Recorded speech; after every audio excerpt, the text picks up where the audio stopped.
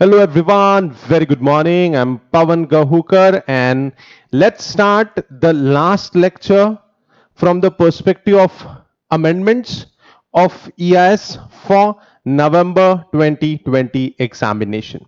Alright, yes guys, हम लोग यहाँ EIS के amendments के 12th lecture पे है, ठीक है। और ये सिर्फ अमेंडमेंट के लेक्चर्स नहीं थे, ये जो जो 12 लेक्चर की सीरीज थी यूट्यूब पे, सिर्फ अमेंडमेंट नहीं थे, amendment part along with contextual revision था। इसलिए ये थोड़े ज्यादा लेक्चर्स बन गए, but to be honest it will be all helpful to you in the long run. This is what I feel. IT act में एक छोटा सा वैल्यू एडिशन है, उसको केटर करते हैं। अगर हम लोग आईटी एक्ट की बात करते हैं, ठीक है, तो ये कोई स्पेसिफिक चैप्टर हमारे सिलेबस में नहीं है, लेकिन for specific remembrance and better understandability and right focus हम लोगों ने आईटी एक्ट को एक अलग चैप्टर का दर्जा दिया है हमारी क्लास में, ठीक है। This is not a standard part of ICAI module, लेकिन हमारी क्लास नोट्स में इसको अलग चैप्टर बनाया गया है ताकि आप उस पर स्पेशल एम्फोसिस दे। ये आईटी एक्ट दो अलग अलग चैप्टर से लिया गया है, core banking system and automated business process. जो भी ट्रांजैक्शन इलेक्ट्रॉनिक मीन्स से होते हैं, ठीक है, they are very much legal, they are very much legal. और ये लीगल वैलिडिटी दी है आईटी एक्ट ने, ये लीगल वैलिडिटी दी है आईटी एक्ट ने। आईटी एक्ट का काम ही है लीगल फ्रेमवर्क देना, लीगल सैंक्टिटी देना इलेक्ट्रॉनिक रिकॉर्ड्स को और सारी एक्टिविटीज जो इलेक्ट्रॉनिक मीन्स से होती है। Also all the contracts made through electronic means should get legal validity. That is the aim of the act, to give legal enforceability to all the contracts made through electronic means. Also this act focuses on cyber crime. दो type की crimes होते हैं, जो हमारी normal theft होती है या normal crimes होती है, और दूसरी जो computer related inter related offences होते हैं, those are cyber crime. Like hacking is a cyber crime, but traditional theft is not a cyber crime. हमारा जो स्पेशल अमेंडमेंट का पार्ट है वो है डेटा प्रिवेसी को लेके, वो है डेटा प्रिवेसी को लेके। डेटा प्रिवेसी को लेके कोई हमने कोई रूल पढ़ा है, कोई कंसेप्ट पढ़ा है डेटा प्रिवेसी को लेके हमारे आईटी एक्ट में? सॉरी, ठीक है guys, data privacy is an important concept. जो भी ऑर्गेनाइजेशन के पास यूजर्स का डेटा है, उनके ऊपर या तो सिविल लायबिलिटी या तो क्रिमिनल लायबिलिटी आ सकती है if our private data, if our personal data is not protected, ठीक है। चलो एक हल्का सा अमेंडमेंट के पर्सपेक्टिव से डिस्कशन करते हैं। डायरेक्टली हम लोग अमेंडमेंट की दो पैराग्राफ पढ़ के मैटर खत्म नहीं कर सकते, थोड़ा सा बैकग्राउंड क्रिएट करते हैं। Can you help me with the telecom industry companies in India? Can you tell me what are the telecom?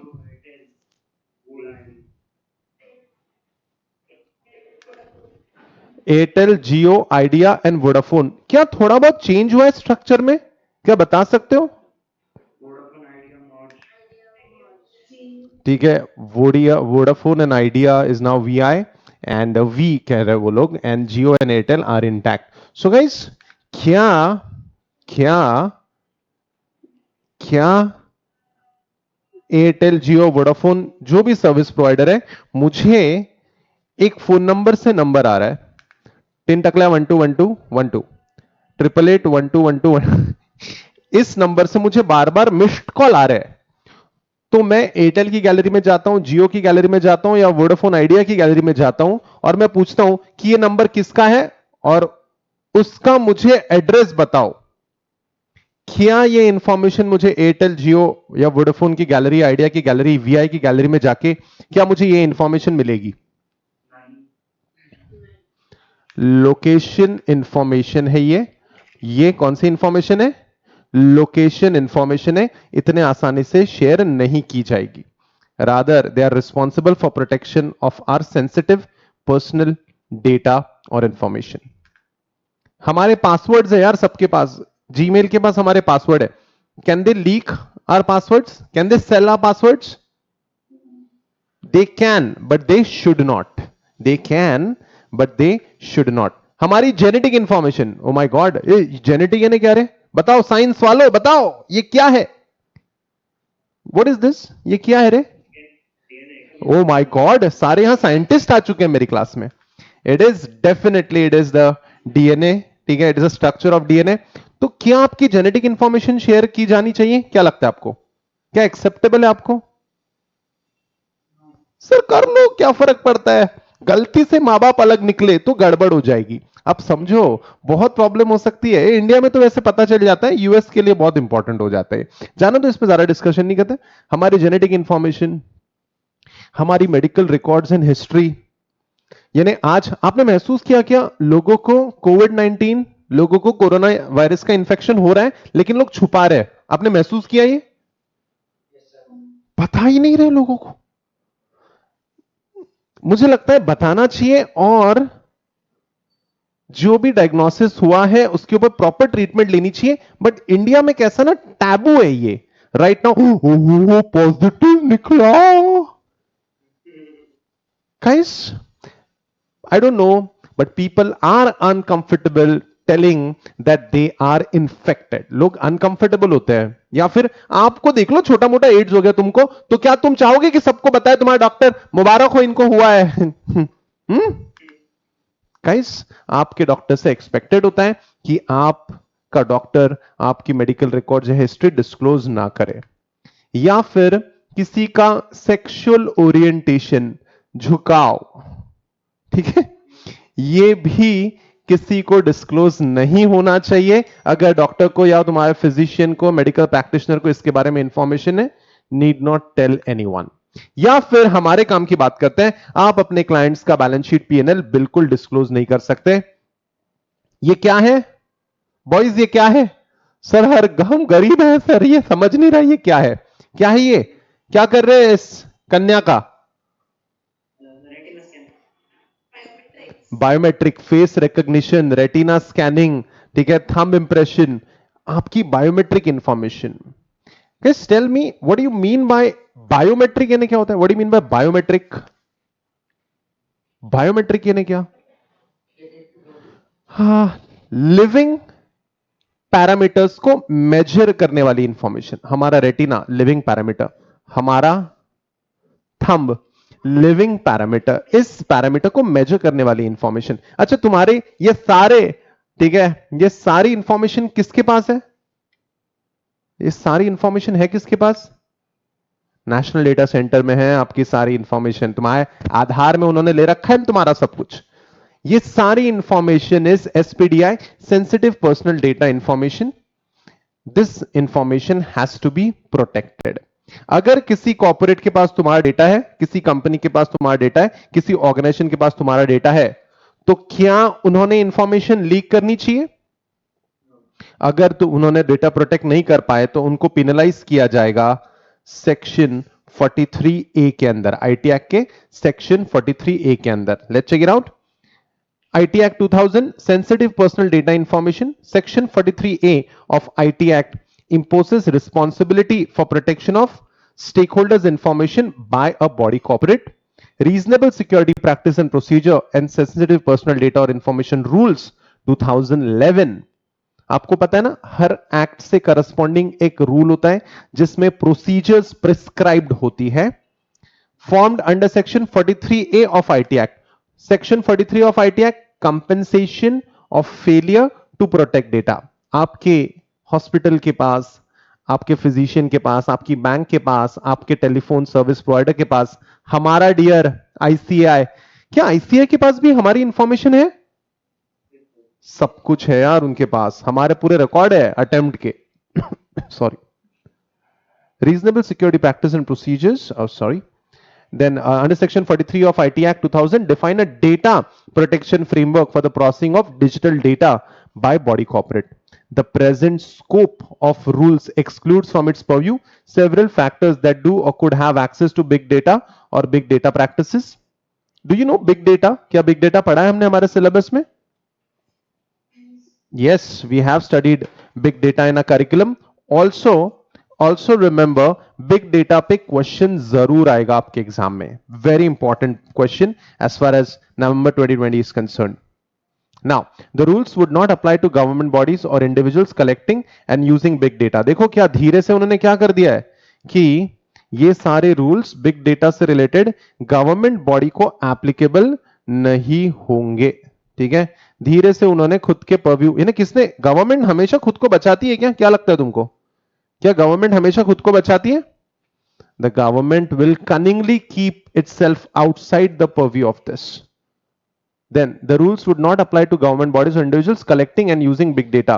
Yet with technologies such as IoT, oh my dogs, IoT, what is IoT? Internet of Things, and the rise of smart cities across India, a range of government, public and private organizations and actors could have access to big data. All right. So definition of SPDI, definition of personal and sensitive personal data, Rule 2, Sub-Rule I, defines personal information as information that relates to natural person. Natural person, एक होता है natural person और दूसरा कौन सा person होता है? Artificial person का एग्जाम्पल दो. A company. यार एकदम मंझे हुए स्टूडेंट्स हो तुम, इंस्टीट्यूट को बोलो फेल करके दिखाए. जाना दो, मैंने ज्यादा बोल दिया. Then information that relates to natural person, which either directly or indirectly in combination with other information available or is likely to be available with the body corporate is capable of identifying such person. ऐसी कोई भी information जिससे किसी इंसान को identify किया जा सकता है वो सेंसिटिव पर्सनल डेटा इंफॉर्मेशन है. क्या डीएनए से तुमको आइडेंटिफाई कर सकते हैं? डेफिनेटली. ठीक है, क्या आपके बायोमेट्रिक से तुमको आइडेंटिफाई कर सकते हैं? यस और नो? यस. तो ऐसी कोई भी इंफॉर्मेशन जिससे एक पर्सन को आइडेंटिफाई, नेशनल पर्सन को आइडेंटिफाई किया जा सकता है, वो पर्सनल सेंसिटिव डेटा है. Rule 3 defines SPDI as. Rule 3 के अंदर कौन सी चीजें हैं जो आपको मैं थोड़ी देर पहले दिखा चुका हूं. आपके पासवर्ड्स, आपकी मेडिकल इंफॉर्मेशन, आपकी मेडिकल हिस्ट्री, आपका सेक्सुअल ओरिएंटेशन, आपकी फाइनेंशियल इंफॉर्मेशन या फिर आपकी क्या biometric information. So guys let's check it out. Passwords, Rule 3 defines sensitive personal information as passwords, financial information, physical, psychological, mental health condition. आपको तो पता ही है nowadays mental health has become such a big concept and such importance is being given to mental health condition, sexual orientation, medical records and history, and biometric information. The present definition of personal data, the present definition of personal data hinges on the factor of identification, data that is capable of identifying this person. Yet this definition does not encompass information that is associated to an already identified individual such as habits, location और activity. Oh my God, क्या social networking से क्या हमारी habits भी पता चल सकती है? क्या कहते हो? यस. अगर आप ध्यान से देखोगे, if you of course binge तो करते होंगे तुम लोग, नेटफ्लिक्स देखते हो या नहीं देखते हो? सर थोड़ा थोड़ा. तो एक, ठीक है, नेटफ्लिक्स ओरिजिनल्स की एक डॉक्यूमेंट्री का मूवी आई है, द सोशल डिलेमा. ठीक है, इसमें बताया है कि how are social networking and internet usage is used against us. तो हाल फिलहाल थोड़ा सा ये रिकॉग्निशन से बाहर रखा है इसको. So sorry. देखो, yet this definition does not encompass information that is associated in already identified individual such as habit, location और एक्टिविटी. तो कहीं ना कहीं थोड़ा सा सोशल नेटवर्किंग को पूरी तरह परव्यू में नहीं लिया है एसपीडीआई में. ठीक है, बट गाइस सून और later this will also be a part because this information is being used against us.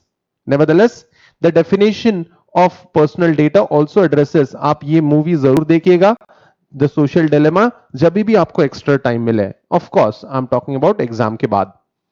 Then The definition of personal data also addresses only the identification of person and does not address data that is related to a particular person, but that also reveals identifying information about another person, either directly or when combined with other data points.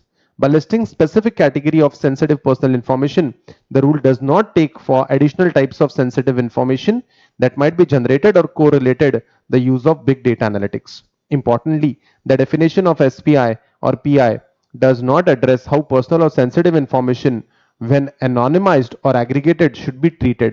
तो guys पूरी तरह clarity नहीं है कि कौन से matters को कैसे कैसे यूज किया जा सकता है, लेकिन ट्रस्ट मी ऑन दिस, इसके लिए जो एक्ट होगा वो यूनिवर्सल एक्ट होगा और हमारी ऑनलाइन एक्टिविटीज पे जो भी इंस्टाग्राम या फेसबुक, हम जो भी व्हाट्सएप, जो भी हम लोग सोशल नेटवर्किंग यूज करते हैं, इसमें हमारा जो डेटा जनरेट होता है एनोनिमसली कैसे हमारे खिलाफ यूज होगा, no one has any clue.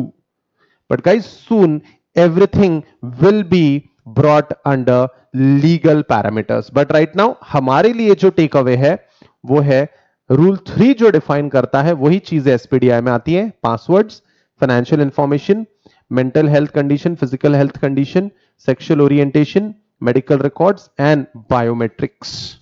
Alright, उसके बाद ये बाकी सारी तो कहानी है, ये एग्जाम के लिए इंपॉर्टेंट है. उसके बाद अगर क्या ऐसा हम लोग जब कोई ऐप यूज करते हैं या कोई ब्राउजर यूज करते हैं तो क्या आपको एक इंफॉर्मेशन, क्या आपको एक ऐसा डायलॉग बॉक्स आता है कि हम लोग आपकी कुकीज यूज करने वाले हैं, हम आपका ये डेटा यूज करने वाले हैं, डू यू अग्री? क्या ऐसा सवाल पूछा जाता है या वो डायरेक्टली करते रहते काम? क्या कहते हो? क्या ऐसा? ठीक है, देखो क्या लिख के आया है. Cookies, we use your cookies on this site to improve your sign in experience, या फिर use of data. We respect your privacy. We may use data for personalized offers, emails and advertisement as prescribed in our policy. अगर तेको use करना है तो I agree कर, use नहीं करना है तो क्लोज कर ले. तो हम लोग क्या कर लेते चुपचाप? फिर हम लोग क्या कर लेते? अग्री भाई, अग्री कर ले यूज. कोई तो यूज करे, कहीं तो यूज हो. What I am trying to tell you, हम लोग अग्री करते हैं. बट गाइस ये पहले पहले नहीं आता था, ये ऑफ लेट आने लग गया. ये ऑफ लेट क्यों आने लग गया? क्योंकि एसपीडीआई में कंसेंट लेना पड़ता है. रूल 5 सब रूल 1 के अंदर consent to collect the data. Let's check it out. Consent to collect, अगर मैं आपका डेटा ले रहा हूं तो मुझे, अगर मैं आपका डेटा कलेक्ट कर रहा हूं तो मुझे आपका कंसेंट चाहिए, आपका अग्रीमेंट चाहिए कि yes I am letting you, I have no issues in letting you use my data. Consent to collect, Rule 5 Sub Rule 1 requires body corporate should, prior to collection, obtain consent in writing through letter or fax or email for the provider of SPDA regarding the use of that data in a context where the services are delivered with little or no human interaction. Data is collected through sensors. Oh my God, ये sensors कौन से technology में use होते हैं? Sensors कौन से technology में use होते हैं? Come on. वेब 4.0 और आईओटी. ठीक है, आपके एग्जाम हॉल में मैं ऐसे पानी लेके आऊंगा और आपको ऐसे हिंट दूंगा, है ना? हाँ गाइस, दिमाग लगाओ, ऐसे मत करो.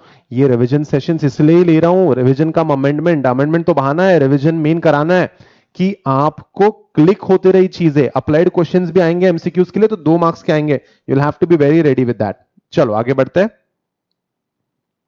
सो in the context where data services with little or no human interaction, data is collected through sensors. Data is collected on real time and regular basis, and data is used and reused for multiple and different purposes. It is not practical and often not possible for the consent to be obtained through writing, fax or letter for each instance of data collection and for each use. इसलिए ये method use किया जाता है. और अगर आपको इसके बारे में ज्यादा जानना है तो लर्न मोर में आपको सारी चीजें मिल जाएगी. आई अग्री बोल दिया, it will be as good as getting your written consent. तो हमने पहले कंसेंट टू कलेक्ट कर लिया, यानी क्या, हम आपका डेटा कलेक्ट कर रहे हैं. We don't mind you collecting our data. Are you there with me? Are you there with me? Come on. We don't mind you collecting the data. अब मुझे बताओ, क्या ये लोग हमारा डेटा यूज कर सकते हैं? क्या ये लोग हमारा डेटा किसी और को डिस्क्लोज कर सकते हैं? अगर उनको डिस्क्लोज करना है तो फिर से हमारा कंसेंट लेना पड़ेगा रूल 6 के अंदर. Consent to disclosure. Consent to disclosure rule 6. Next page. Consent to disclosure rule 6 provides that disclosure of SPD or information by a body corporate to any third party shall require prior permission from the provider of such information who has provided such information under lawful contract or otherwise, unless such disclosure has been agreed to the contract between the body corporate and provider of information where the disclosure is necessary for compliance of a legal obligation. तो अगर किसी को भी कोई भी service provider को जिसके पास हमारा डेटा है, कोई भी वेबसाइट को जिसके पास हमारा डेटा है, अगर वो डेटा यूज करना है तो हमसे कंसेंट लेना पड़ेगा. Consent to disclosure. अगर नहीं तो you will be penalised. Okay, that's all about the two rules I wanted to specifically let you know. ठीक है, मैंने इसके बारे में थोड़ी इंफॉर्मेशन आपको पहले भी क्लासरूम सेशंस में दी है, but still I wanted you to specifically remember this, इसलिए मैं आपको ये पॉइंट्स बता रहा हूं. चलो, एक और छोटी सी चीज जो मुझे लगता है एग्जाम पर्सपेक्टिव के लिए इंपॉर्टेंट है. My question is this. Tell me, is it a computer?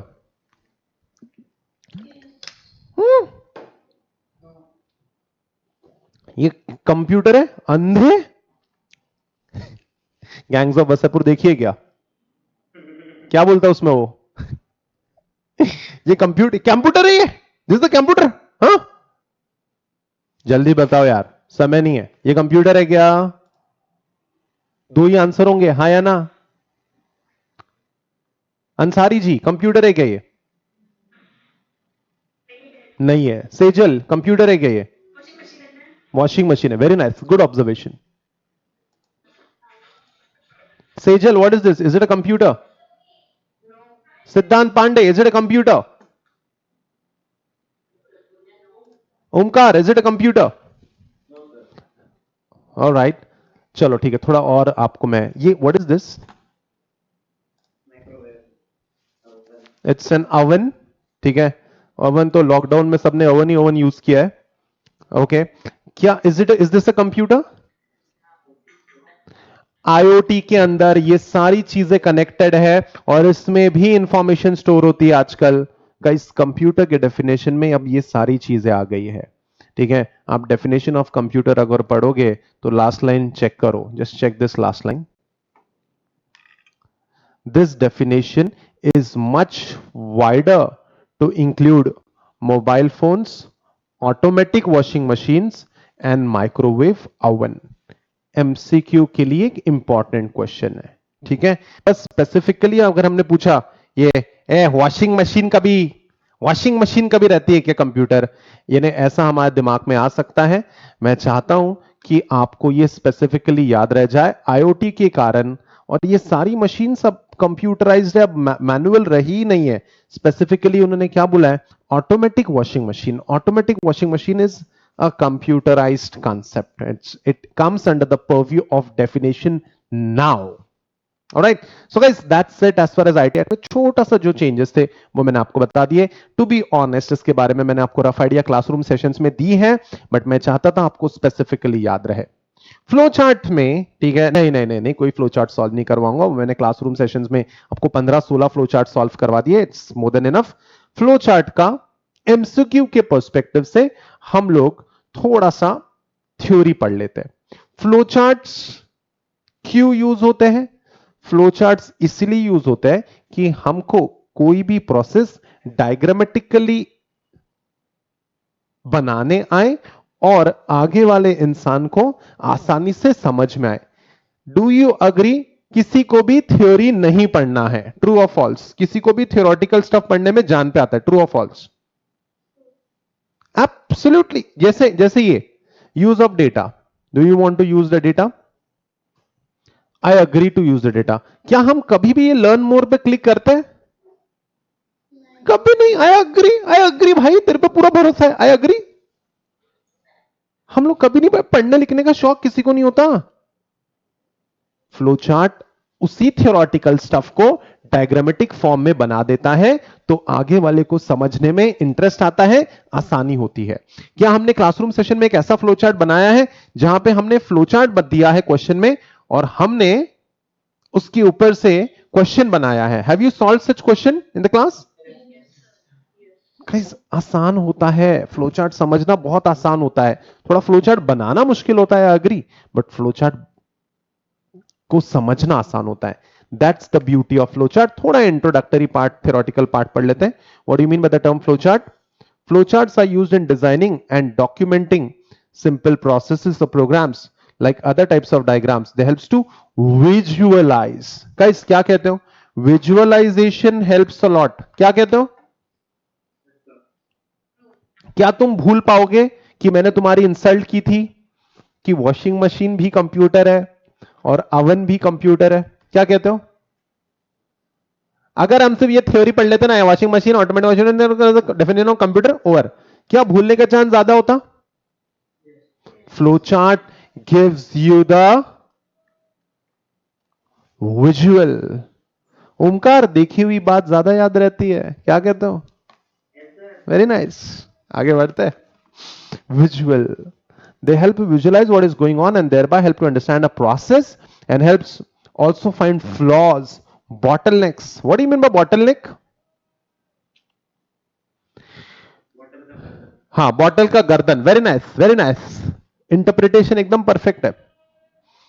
कोई चीज जहां के अटक जाती है, that is called as a bottle neck. ठीक है?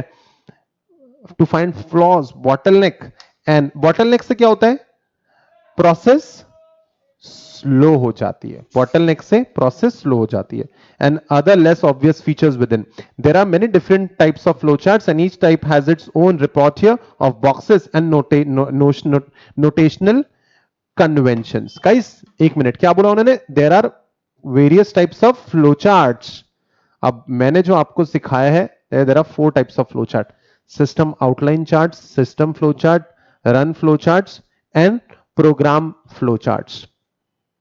मैंने आपको सिस्टम फ्लो चार्ट्स और प्रोग्राम फ्लो चार्ट्स पढ़ाए क्लास में। सिस्टम आउटलाइन चार्ट्स और रन फ्लो चार्ट्स हमारे सिलेबस में नहीं है। ठीक है? There are multiple categories, just वहां लिखा है इसलिए मैंने आपको बता दिया। ये बाकी सारे टाइप के फ्लो चार्ट हमारे सिलेबस में, बाकी टाइप के फ्लो चार्ट हमारे सिलेबस में नहीं है, तो जो है नहीं वो क्यों पढ़ाऊं मैं आपको? Now what I am trying to tell you, अब इस चीज को ध्यान में रखना कि दूसरे भी कैटेगरीज होते हैं फ्लो चार्ट्स के। Now the most common types of boxes in flow charts are, oh my god, क्या मैंने आपको बॉक्सेस वगैरह पढ़ा है फ्लो चार्ट में? क्या मैंने बॉक्सेस पढ़ा है तुमको फ्लो चार्ट में? ठीक है, ये मैंने पढ़ा है आपको, एकदम कॉमन जो थे। A processing step usually called activity and denoted by a rectangular box. Do you agree? Process was denoted by a rectangular box. याद है ना तुमको? ये गैंग मिर्जापुर का ये मीम याद है ना? ऐसा मत करो यार, पूरा जान लगा के पढ़ा है। Next, a decision. O my God, decision box कौन सा शेप होता था? शेप बताओ, शेप। पतंग कौन बोल रहा है यार? पतंग कौन बोलता है यार? Diamond, diamond. अरे रे, पतंग बोल रहा है। Next, a flowchart is described as cross-functional when the page is divided into different swim lanes describing the control of different organization units. जब flowchart बहुत ज्यादा बड़ा बन जाता है तो क्रॉस फंक्शनल भी हो सकता है। क्या बड़े फ्लोचार्ट्स बनते होंगे? क्या कहते हो? क्या फ्लोचार्ट बड़े बन सकते हैं? यस, आपके नोट्स का फ्लोचार्ट नंबर 9 देखा होगा तुमने, इंश्योरेंस वाला फ्लोचार्ट। Do you remember? बहुत बड़ा बना, उससे भी बड़ा बनेगा यार, depending on the organizational process. I'm so sorry. A symbol appearing in a particular lane is within the control of that unit. This technique allows the author to locate the responsibility for performing an action and deciding correctly, showing the responsibility of each organization unit for different parts of a single process. Guys, organization n number of units में divided होता है ताकि काम speciality से हो. This is where big flow chart can be used और divided होगा flow chart. Benefits of flow chart, क्यों कर रहे हैं हम लोग ये फ्लो चार्ट क्यों बनाते हैं? अरे चार्टर्ड अकाउंटेंसी क्यों कर रहे हो यार तुम? कुछ बेनिफिट है क्या? पता नहीं, यानी नोशनल तो है। चलो देखते हैं बेनिफिट्स ऑफ फ्लो चार्ट में। Quicker grasp of relationship, effective analysis, communication, documentation, efficient coding. What is coding? Coding यानी क्या? Programming. Programming, program debugging. What is debugging? What is bug? Bug यानी क्या? बग यानी एरर, और debugging यानी removal of error. Bug यानी error और debugging यानी removal of errors and efficient program maintenance. Okay so guys, ये सारी चीजें, effective analysis, good communication, quicker grasp of relationship, ये फ्लोचार्ट का बेनिफिट है, मेजर बेनिफिट। जल्दी समझ में आनी चाहिए चीजें। क्या कहते हो? व्हाट से? यस, हम लोग थ्योरी से जनरली स्ट्रगल करते हैं, डायग्रामेटिक फॉर्म से हम स्ट्रगल नहीं करते। Then limitation of flowchart. कितने लोगों को फ्लोचार्ट नहीं पसंद? ये क्या दे दिया यार सिलेबस में यार, मूड ही ऑफ हो जाता। फ्लोचार्ट बोलो तो मूड ऑफ। कितने लोग ऐसे? आनंद, अनिमेश, अच्छा आपको अच्छा लगता है। रिया नहीं पसंद, ऑलराइट, चलेगा, alright alright, depends on the student. तो किसी के लिए फ्लोचार्ट बेनिफिशियल है, 6 में से 8 में से 8 लेके आऊंगा इसमें। किसी के लिए स्टार्ट और सीएडब्ल्यूएल पे कितने मार्क्स मिलते हैं? Depends on student to student. Let's check out limitation of flowchart. Flowchart की लिमिटेशन है कॉम्प्लेक्स लॉजिक। काफी स्टूडेंट्स को, जिसको समझता नहीं ना, उसको समझता ही नहीं बेचारे को आखिर तक।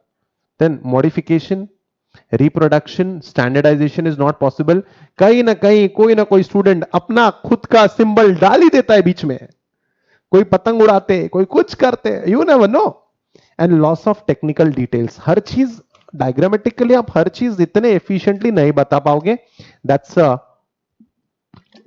Major limitation of flow chart. एक और चीज, एक बहुत सारे सिंबल्स दे दिए हमारे मॉड्यूल में, बहुत सारे सिंबल्स दे दिए। अब सर आपने तो सिंबल्स पढ़ा दिए थे हमको। जी हां, मैंने हमारे जिस टाइप के फ्लोचार्ट्स हमारे सिलेबस में है उससे रिलेटेड सिंबल्स पढ़ाए थे। System, okay, system outline charts, run flow charts, इसके सिंबल्स मैंने आपको नहीं पढ़ाए। तो एमसीक्यू, एक आरटीपी के एक एमसीक्यू में मुझे फ्लोचार्ट के सिंबल के ऊपर एक क्वेश्चन दिखा, तो हम वैसा नहीं बोल सकते कि ये तो जाने दो रेफरेंस के लिए है। एमसीक्यू वो बना सकते हैं, इसलिए ये सारे सिंबल्स को हम लोग देख लेते हैं। Are you ready?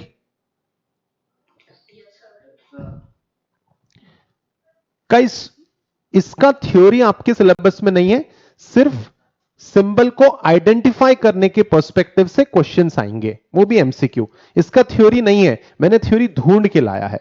तो इसमें आप ये समझो थ्योरी इज टोटली एक्स्ट्रा, सिर्फ आपको हल्का सा क्लिक हो एग्जैक्टली क्या होता है, थोड़ा सा तो समझे, इसलिए मैंने ये बॉक्सेस बनाए हैं। ठीक है? ओए ठीक है, ये लिखने की कोशिश मत करिएगा, आप फंस जाएंगे, क्योंकि हमारे सिलेबस में थ्योरी नहीं है, सिर्फ बॉक्सेस है। सो ये जो बॉक्स है, ठीक है, pre defined process. A pre defined process symbol is a marker for another process step and series of process flow steps that are formally defined elsewhere। कोई चीजें जो प्रीडिफाइंड लगती है नेक्स्ट प्रोसेस के लिए, उसके लिए ये सिंबल। डेटा स्टोर करना है, उसके लिए ये सिंबल। ठीक है? Internal storage used in programming flowcharts to mean information stored in the memory. This symbol is for internal storage. Sequential data के लिए ये symbol यूज होता है. This is a shape represents stored data. It specifically refers to magnetic tape storage. ठीक है? To be honest, sequential data के लिए symbol ये है, और मैग्नेटिक टेप स्टोरेज ये जो है, क्या ये क्या है रे? What is this? What is this? Cassette. या कैसेट में डेटा स्टोर होता है? कितने सॉन्ग स्टोर होते हैं कैसेट में? 7-8 सॉन्ग्स। इसका मतलब उसमें डेटा स्टोरेज है। जो डेटा स्टोर कैसेट में होता है ना, मैग्नेटिक टेप स्टोरेज बोलते हैं उसको। तो इसमें डेटा सीक्वेंशियली स्टोर होता है, सीक्वेंशियल स्टोरेज के लिए ये सिंबल है। ओके, डायरेक्ट डेटा, जो डेटा आगे काम आने वाला है, direct data symbol, this shape represents data that is available for input और output as well as representing resources used और जनरेटेड। तो कई इनपुट और आउटपुट के बीच में अगर कोई डेटा और वो यूज होने वाला है, हमारा डेटा प्रोसेस बाय प्रोसेस आगे यूज होने वाला है, तो डेटा को डायरेक्ट करने के लिए यही डेटा आगे यूज करो, इसके लिए एक सिलेंड्रिकल सिंबल है।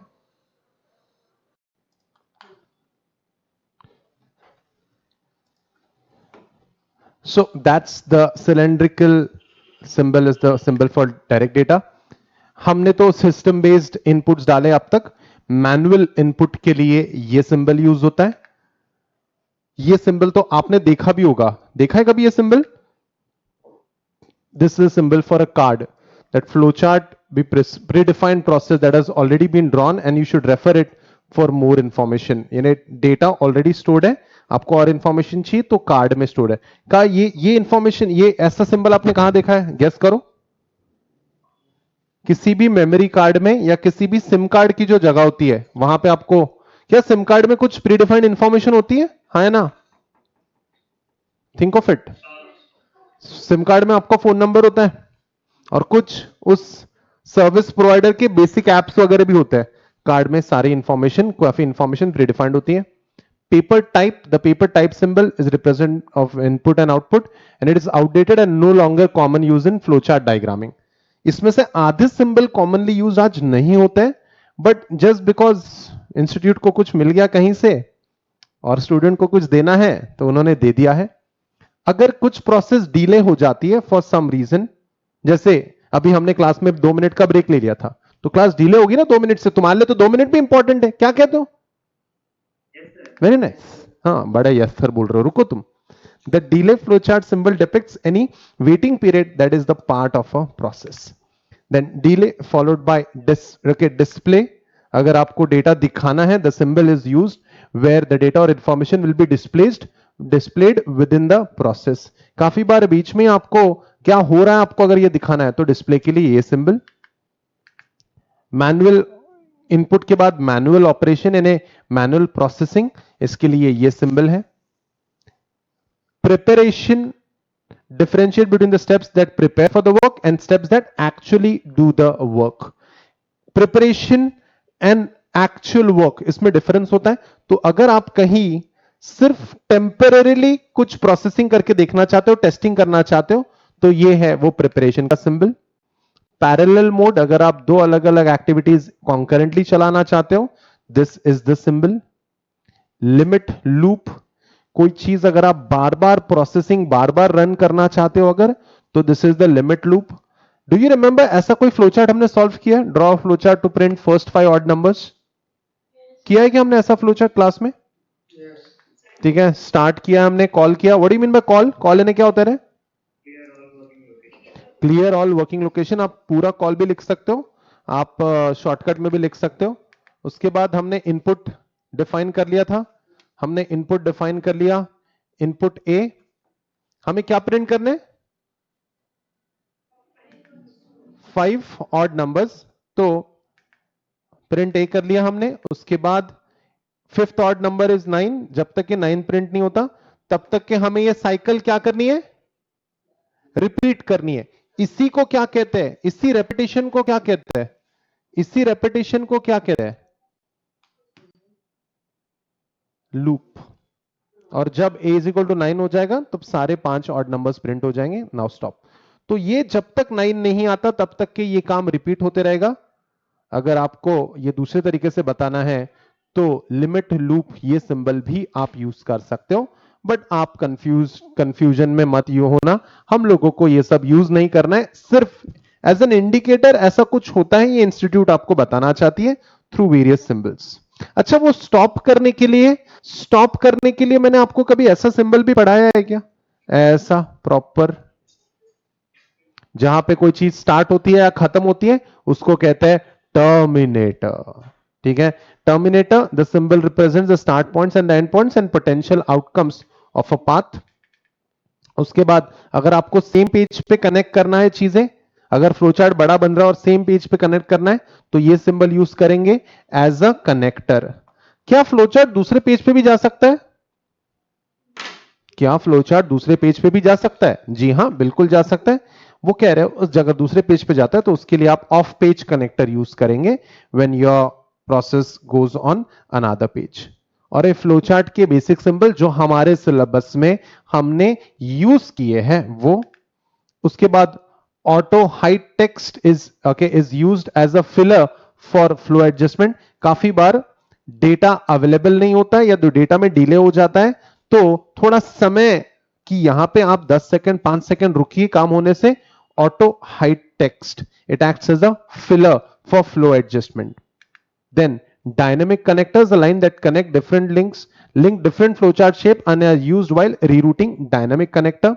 और अगर अगर connectors are lines that link different flowchart shapes, अलग अलग शेप वाले flowchart को आप कनेक्ट करना चाहते हो तो लाइन कर्व कनेक्टर्स यूज करेंगे।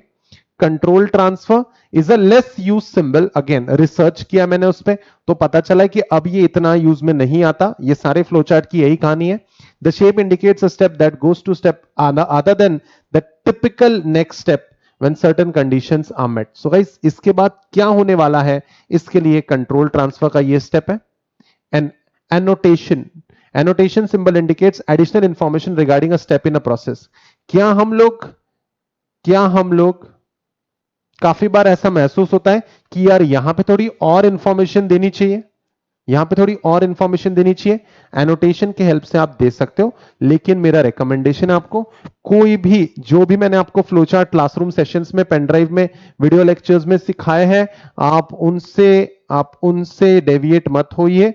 ये जो सारे सिंबल्स है these are only for the purpose of MCQs. इसमें ना एक्सप्लेनेशन ना एप्लीकेशन क्वेश्चंस आने वाले आपको। All right.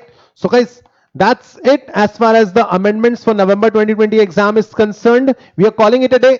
As far as the curriculum is concerned, just because, okay, आपका exam is just 45 days away, right? 45 days away. Your exam is roughly 45 days away. I wanted to give you something कि आप लोग थोड़ा सा boost up हो जाए। At the end of the day would like to tell you कि it's all about success और हम लोगों को होना ही है। Do you have any second option? Tell me. No there is no second option, there need not be any second option. अब इतने सारे सवाल मैं आपको हमेशा क्लासरूम सेशन में पूछता हूं। एक आखिरी सवाल और एक डिफिकल्ट सवाल, ठीक है? जो सबसे मुश्किल सवाल है आपकी लाइफ का वो मैं आपको पूछने वाला हूं। वो क्वेश्चन ये है कि what's the objective of your life? अगर मैं आपको आपकी लाइफ के ऑब्जेक्टिव्स पूछूंगा तो आपके आधे लोगों के तो आंसर ही रेडी नहीं होंगे। मोनीश, आंसर है कुछ इसका? आशय, जॉय, अनिमेश, ओम, प्रेरणा, इसका आंसर सेजल। सेजल से उम्मीद है मुझे थोड़ी। The objective of your life? Sir काफी खतरनाक पूछ लिया आपने। ये क्वेश्चन ही 200 मार्क का है। उमा, और गाइस शायद आपके पास इमीडिएटली इसका आंसर ना हो but I would like to tell you एक कॉमन आंसर सबका यही होता है that everyone no matter what he और she does everyone in some और the other way wants to be successful. Am I right? हम लोगों को आज दिमाग में क्या है, एक ही चीज आ रही है कि हम लोगों को सीए इंटर में जैसे तैसे कितने मार्क्स मिले? कितने? हम लोगों को हमारे 401 मार्क 800 में से मुझे मेरे 401 मार्क्स 400 मार्क्स दिला दो, मुझे और कुछ नहीं चाहिए। You are talking about success in a way.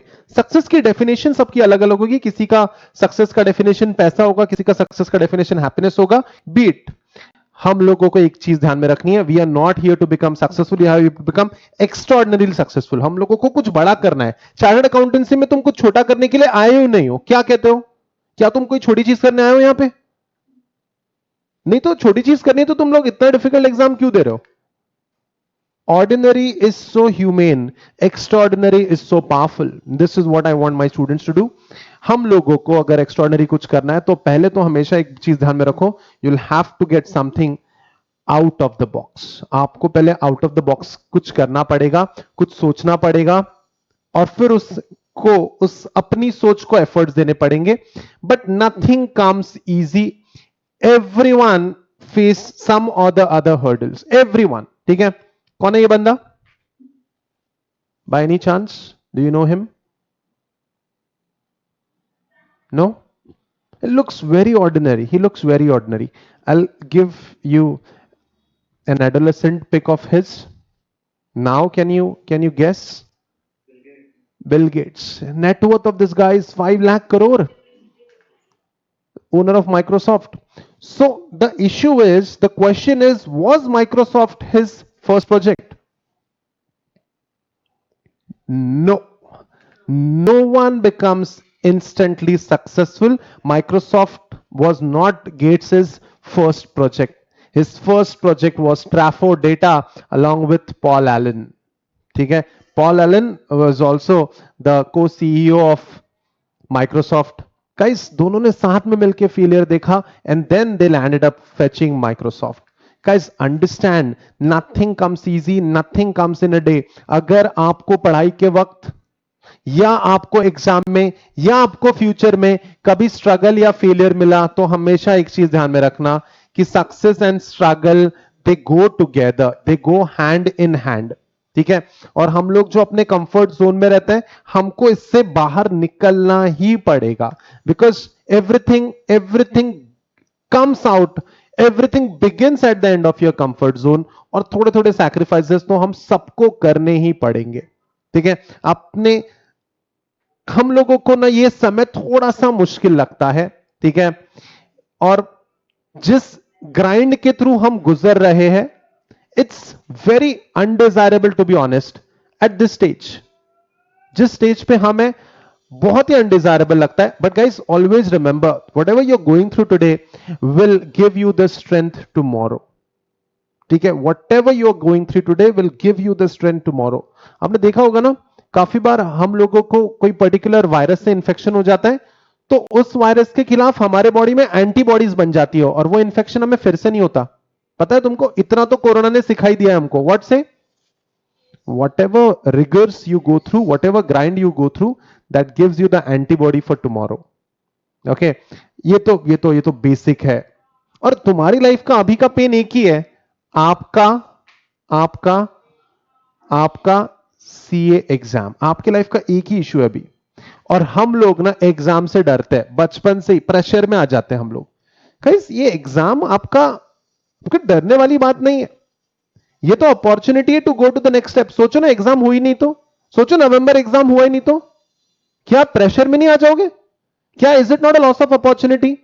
Exam में तुम लोग क्वालिफाई कर ही जाओगे, it's not a big deal. यार समझो, 5th स्टैंडर्ड में 5th स्टैंडर्ड डिफिकल्ट था, 10th में 10 डिफिकल्ट था, हम पास हुए. 12th में 12 डिफिकल्ट था, हम पास हुए. सीए एग्जाम के वक्त आज इंटर में हो, सीपीटी में सीपीटी डिफिकल्ट लगता था, सीए फाउंडेशन में सीए फाउंडेशन डिफिकल्ट लगता था. आज सीए एग्जाम इंटर का है, क्या आप पास होंगे? ऑफ कोर्स हम पास होंगे. There is no way out, there is nothing that you can not do. Always remember, अगर कोई प्रॉब्लम है, अगर कोई प्रॉब्लम है तो उस प्रॉब्लम को फेस किए बिना हम लोग आगे नहीं बढ़ सकते. But basically, as a human, as a student especially, we try to run away from the problems. No, we're not running away from the problem, because running away from the problems will not solve the problems. We'll have to face the problem in order to solve the problem. It's very very crucial. Also, जो मुश्किलें आती है, these are the guidelines for the future. हम लोग सोचते हैं ये problem आ गई तो अब क्या? अरे प्रॉब्लम है तो सोल्यूशन आएगा ना, परेशान होने वाली क्या बात है? If there is no problem, there is no growth. If you are getting a problem, that means you are doing something which is worth doing. Always remember this. मेरा एक फ्रेंड है Gaurav, very hard working fellow, 9th standard drop out है. School से 9th class में इसको निकाल दिया था. स्कूल से किसी को निकालता है क्या यार कोई? हाँ, आप में से कोई स्कूल ड्रॉप आउट है यहां पे? नो सर, इतने बुरे नहीं थे हम पढ़ने में। इसको निकाल दिया था स्कूल से, रीजन दिया था कि इसका इंग्लिश वीक है और इसका मैथ्स बहुत ही वीक है, ये हमारे स्कूल का 10th का रिजल्ट खराब कर देगा, जो 100% आता है ये लड़का खराब कर देगा, ऐसा कह के उसको स्कूल से निकाल दिया गया था। ये गौरव अग्रवाल जैसे तैसे 51% लेके 10th पास हुआ। आज क्या कर रहा होगा ये लड़का? He is a chartered accountant today, works for a German company, he is a deputy CFO of that company. जिसका मैथ्स वीक था वो चार्टर्ड अकाउंटेंट बना, जिसका इंग्लिश वीक था वो जर्मन कंपनी के लिए काम करता है। ना तो तुम मैथ्स में इतने वीक हो, ना तो तुम इंग्लिश में इतने वीक हो कि तुमको स्कूल से बाहर निकाल दिया जाता है। अगर ये बना, तुम भी बनोगे। गौरव के सिर्फ सब्जेक्ट्स वीक थे। इससे भी बेटर एग्जाम्पल है मेरे पास, माय डियर स्टूडेंट तुराब। उसने एक दिन मुझे एक पेन ड्राइव दी और कहता है कि सर आप मुझे नोट्स फ्लैश ड्राइव में दे सकते हो क्या? मैंने कहा नो बेटा, I do not give my notes in pen drive, वो तो इंटेलेक्चुअल प्रॉपर्टी है मेरी। तो कहते सर अगर आप प्लीज दे सके तो प्लीज मुझे दीजिए, क्योंकि मैं जो नोट्स हैं आपके दिए हुए आईपैड में डालूंगा और फिर ऐसे देखूंगा तो मुझे दिखेगा वो। Turab is 80% blind, 80% blind. उसके एग्जाम वो खुद से नहीं लिख सकता। उसको कोई BCom second year, BBA third year का स्टूडेंट उसका पेपर लिख के देता है। उसको राइटर मंगवाना पड़ता है एग्जाम देने के लिए। Turab is a Turab is a company secretary. ये सीएस बना है ये लड़का। And what is your excuse? अगर आपको लगता है कि मैं ये चार्टर्ड अकाउंटेंसी एग्जाम नहीं कर पाऊंगा, तो मैंने आपको दो एग्जांपल्स दे दिए। गौरव जो स्कूल ड्रॉप आउट है, 9th से उसको स्कूल से निकाल दिया, फाइनेंशियली भी वीक था गौरव, ठीक है। And this is the period example that I have, this is the epic, most epic example that I have. Turab, if they can do it, what is your excuse? Nothing. अगर आपको लगता है कि सबको ये चीज आसानी से मिलती है, तो नहीं मिलेगी, नहीं मिलेगी आसानी से। Nothing worth having comes easy. And whatever you have done yesterday, you have to put yourself in a position where you work harder than yesterday so as to get a different tomorrow. Because if you keep on doing the same thing again and again, you'll get the same results, and your future is created on the basis of what you do today and not what you procrastinate. आप जो कल करने वाले हो उस पे future depend नहीं करता है। For better tomorrows, you have to give rigorous todays. Everyone works hard. मैं कोई आपको नई चीज नहीं बता रहा हूं, बट जो एग्जाम्पल मैं आपको देने वाला हूं, an ant lifts 50 times greater weight than its own weight. 50 times. American ant lifts 5000 times greater weight than its own weight. Everyone works hard, that's the way of life. Chartered accountancy करने का decision लिया है, अपनी commitment दो, अपना best दो और successful बनो। और सक्सेसफुल क्यों बनना है? क्योंकि विन विन सिचुएशन में रहना है। क्योंकि अगर गलती से गड़बड़ हो जाती है, अगर हम फेल हो जाते हैं, तो सबसे पहले तो ये लोग भाग जाते हैं, फिर हमारे फ्रेंड्स लोग भी भाग जाते हैं। कहीं ना कहीं अगर तुम फेल हो गए हो तो थोड़ा सा ये ग्रुप, ये this was my 12th standard का ग्रुप, ये भी टूट जाता है। सब लोग, हम लोग मेडिकल एंट्रेंस एग्जाम दे रहे थे, एंड सिर्फ कपिल डॉक्टर बना, गुंजन फिजियोथेरेपिस्ट बना, बाकी हम लोग सब कुछ कुछ कर रहे थे। मैं चार्टर्ड अकाउंटेंसी, ये इंजीनियरिंग, ये फार्मेसी, शेफ बना वो बंदा। We did not meet each other. फिर 10 साल बाद जब लाइफ में सब अच्छा करने लग गए सब, तब फिर फाइनली हमने ट्रिप प्लान करी और गोवा में जाए। सब छोड़ देंगे। और सबसे खतरनाक लोग, there are 3 types of people, positive, negative and relative. ये भी आ जाएंगे कि ये कैसा हो रहा है, वो कैसा हो रहा है, ये भी लोग नेगेटिविटी लाएंगे। और सबसे आखिरी में पेरेंट्स भी साथ छोड़ देते हैं। तो बचा कौन? सिर्फ आप बचे. Only you are the person who can rescue, who can save you from the para situation. ठीक है, हमेशा याद रखना, there is no one but you, there is no one but you who can save. Don't do it. मैं नहीं कहता आप अपने पेरेंट्स के लिए करो, नहीं कहता मैं, आप खुद के लिए करो, आप अपनी बेटर लाइफ के लिए करो, आप अपने बेटर फ्यूचर के लिए करो. गाइस, हमेशा याद रखना, इतने दूर तक आए हो, हम लोगों को छोड़ना नहीं है. We are not here to quit. We have come so far. We are not here to quit. Also मैंने अपने नोट्स के लास्ट पेज में एक कोटेशन दिया है. Don't stop when you are tired, stop when you are done. No guys, गलत quotation है वो.